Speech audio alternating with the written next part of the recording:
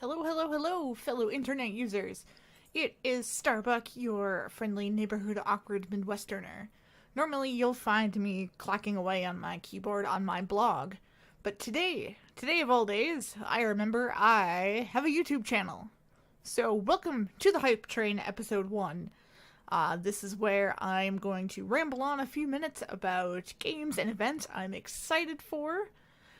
Just keep in mind, this could get weird, but here it goes. A lot of games these days start off as rumors, and a couple weeks ago, it had been found on Deck9's website that they had some concept art with Chloe Price from Life is Strange. The rumors that some sort of prequel game came into reality on Sunday during Microsoft's E3 press event, where, near the end of the briefing, Square Enix's logo flashed on the screen and a pre-blue-haired Chloe Price graced our presence. Now, to say I was excited was an absolute understatement.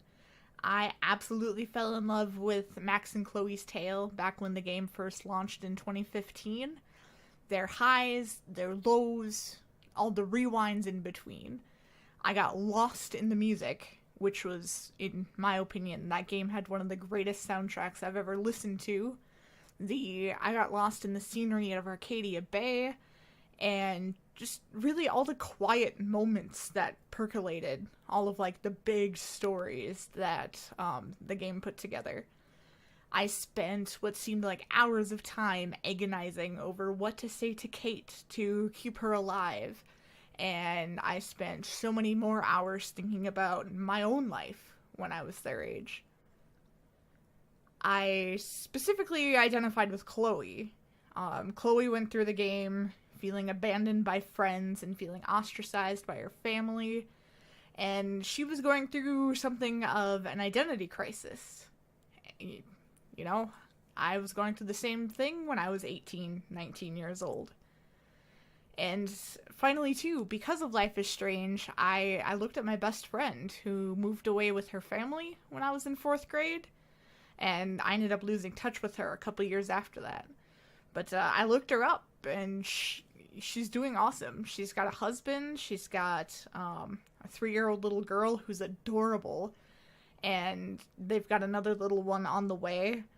And it was just really nice to see that, she was still there and doing well, and it was because of this game that I got in touch with her, which was awesome. And so, Life is Strange Before the Storm isn't being done by Don't Nod Entertainment anymore. It's being done by Deck9, which is kind of like the rebranded version of Idle Minds. There's a huge chunk of history, though, with these two characters, Max and Chloe from Life is Strange, that we just don't know outside of their friendship with each other. Yes, we know that Chloe lost her father in this terrible car accident, got kicked out of Blackwell Academy, and, for lack of a better term, does not get along with her stepfather. But her relationship with Rachel was one of the most ambiguous things in the first Life is Strange. Now, I know there's a lot of people who believed that Chloe and Rachel's relationship was romantic before she disappeared, but myself, and I know I've read from interviews that Chloe's first voice actress, Ashley Birch, we're both kind of in the camp that, we're not entirely convinced. Chloe dearly loved Rachel and wholly depended on her through some truly dark times in her life. But when you played Life is Strange and you found out about Rachel's involvement with Frank and some other shady type characters in Arcadia Bay, that put doubt in my mind about the strength of her feelings for Chloe.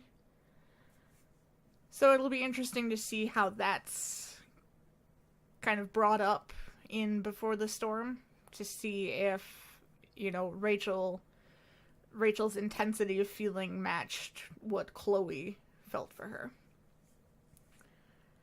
I was sad to hear that Ashley wouldn't be reprising her role as Chloe. That was mainly because of the SAG-AFTRA strike. But I was still really happy to hear that she was going to be involved with Before the Storm in a writing capacity. Ashley's got a ton of writing credits to her name, even culminating in an Emmy nomination when she was part of the Adventure Time writing team in 2016. But most of all, most of all, it's her love for Chloe as a character is obvious, and that's really gonna shine through, I think, with Before the Storm.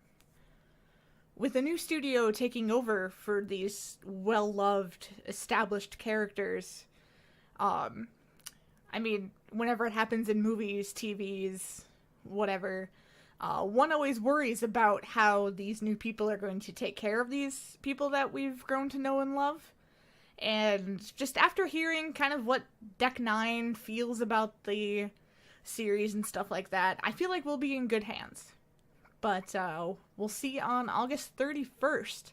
I know I myself already have that deluxe edition pre-ordered.